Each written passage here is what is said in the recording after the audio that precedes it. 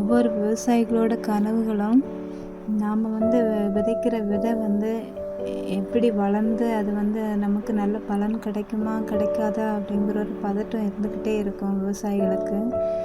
நம்ம நல்ல விவசாயம் அந்த அந்த வருடம் நல்லதாக நம்மளுக்கு விளைச்சல் வரணும் அப்படின்னு நினச்சிக்கிட்டு ஆரம்பத்துலேருந்தே ஸ்டார்ட் பண்ணுறாங்க.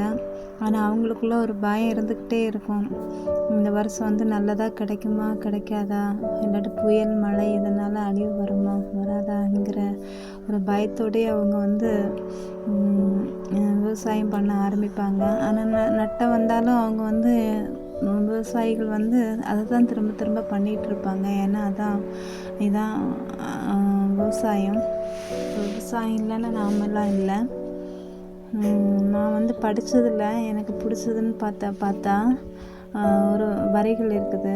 மண்ணுக்குள் விதை, விண்ணுக்குள் மழை, மண்ணின் மடியில் மனம், காலத்தின் கைகளில் பொறுமை, காத்திருப்பு ஒரு தவம், கருணை வேண்டிடும் நதி, கண்முன்னே கதிரவன், கரம் கோர்க்கும் இயற்கை, உழவனின் விரல்கள் உழும் நிலம், உறங்காத கனவுகள், வருங்கால வாழ்வுக்காக விடியலை தேடும் வானம். விவசாயிகள் எப்போ விவசாயத்தை ஆரம்பித்தாலும் அவங்க முடியும் தருவாயில் நல்லதாகவே நம்மளுக்கு நடக்குங்கிற ஒரு நம்பிக்கையிலேயே நம்ம விவசாயம் ஆரம்பிக்கிறாங்க. ஆனால் ஒரு சில நேரங்களில் இயற்கை மாற்றங்கள் உண்டாகும்போது அவங்களுக்குள்ள ரொம்ப தடுமாற்றம் வந்துக்கிட்டே தான் இருக்குது. ஒரு பயத்தோடையே அவங்க அந்த விவசாயத்தை மேற்கொள்கிறாங்க. விதைத்த விதை விளையுமா அல்லது சரியுமா கலக்கத்தோடவே காத்திருக்கிறாங்க விவசாயிங்க. தாயின்றி சேயில்லை, விவசாயமின்றி அன்னம் இல்லை.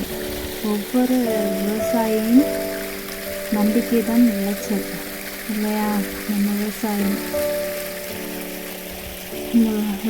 வயலில் அந்த கதிர்களெல்லாம் அப்படியே வளர்ந்து பார்க்கறதே ஒரு அருமை. அனைவருக்கும் கிறிஸ்மஸ் வாழ்த்துக்கள்.